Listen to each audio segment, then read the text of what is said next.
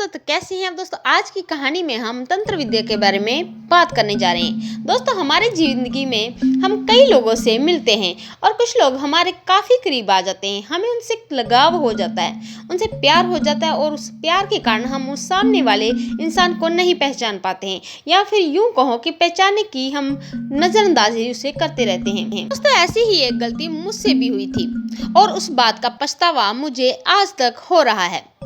और दोस्तों, मेरा नाम राजीव है और मैं बेंगलुरु में रहता हूँ। ये कहानी तब की है जब मैं 24 साल का था।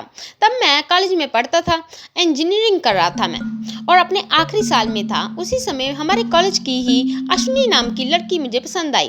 पहले हम कॉलेज में एक ही दूसरे से बात करने लगे और फिर बातें बढ़ते हमारे बीच में एक रिश्ता बनने लगा। सच कहूँ तो मुझे अश्विनी से प्यार हो गया था, बहुत ज़्यादा प्यार। और ऐसे कि एक दिन मैंने उससे अपने प्यार का इजहार ही कर दिया।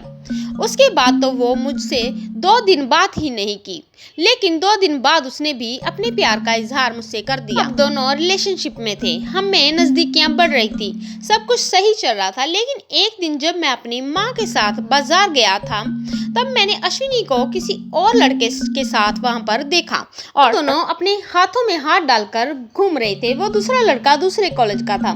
मेरे साथ मेरी माँ थी, इसलिए मैं अश्विनी के पास नहीं जा सका। लेकिन तब मेरा दिल टूट सा गया था और पूरा शरीर दर्द के मारे मेरा हिल रहा था।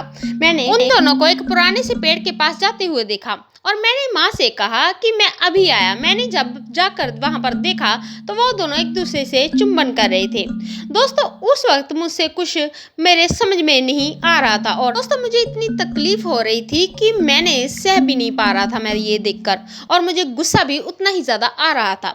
मैंने गुस्से में जाके उस लड़के को बुरी तरह से मारना चालू किया। अश्विनी हमें रोक रही थी और कुछ ही पलों में अश्विनी ने मुझे पीछे धकेला और मुझे धमकाने लगी। मैंने गुस्से में अश्विनी को भी 2 थप्पड़ मारे। मेरी आंखों से आंसू आ रहे थे। अश्विनी का वो गुस्से से भरा चेहरा और उसकी वो लाल आंखें मुझे आज भी याद हैं।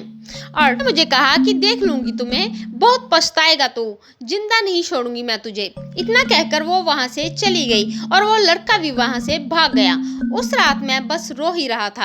एक तो पहला प्यार और ऊपर से उसमें भी धोखा। खैर, कुछ ही दिन बीत गए थे। मैं काफी चुप सा रहता था। एक रात अचानक मुझे एक बुरा सपना आया, जिसमें मुझे एक बड़ी काली परछाई मुझे मार ही रही थी। मैं जब नींद से जागा तो मेरा पूरा शरीर बुखार से गर्म हो रहा था, इतना गर्म कि हाथ लगाना भी मुश्किल हो रहा था। मेरे पापा मुझे फौरन अस्पताल ले गए और मुझे वहां पर वह एडमिट करा कर आए।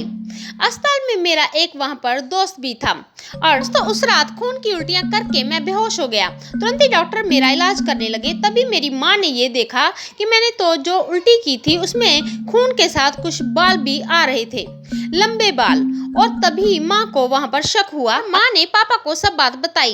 मेरे पापा तुरंत हमारे घर के पास जो पंडित हैं उनके पास ले गए। वैसे जो पंडित सच में वह काफी शक्तिशाली थे, उन्होंने एक दिव्य गुरु से शिक्षा ली थी। खैर, पापा ने सारी बात पंडित जी को बताई और पंडित ने तुरंत मुझे देखकर कहा। पहले तो डॉक्टर ने उन्हें अस्पताल में कुछ करने से साफ मना किया था, लेकिन मेरी माँ पापा के काफी विनती करने के बाद हमें कुछ वक्त दिया और वो खुद भी आईसीयू में मौजूद थे। पंडित जी ने मेरी जांच की और तुरंत गुस्से में बोले, पंडित मूर्ख, इस पे किसी ने तंत्र किया है, कुछ घंटों में ये मर जाएगा। ये सुनते ही मेरी माँ और पापा पंडित की से मेरे लिए भीख मांगने लगे। पंडित जी ने मेरे पिछले दिनों में क्या हुआ था वो पूछने के लिए वह डर डर के मेरे दोस्त ने अश्विनी की और मेरी सारी बात सबको बता दी। वहां पर पंडित जी ने और मेरे पापा और मेरी मम्मी ने ये सारी बात सुनी। मेरा दोस्त किशोर तुरंत अश्विनी के घर गया। उन्होंने वहां पर जाकर देखा कि वह काला जादू कर रही थी। पंडित जी ने और पापा ने तुरंत इसके क्रिया को बंद किया और पुलिस को फोन किया।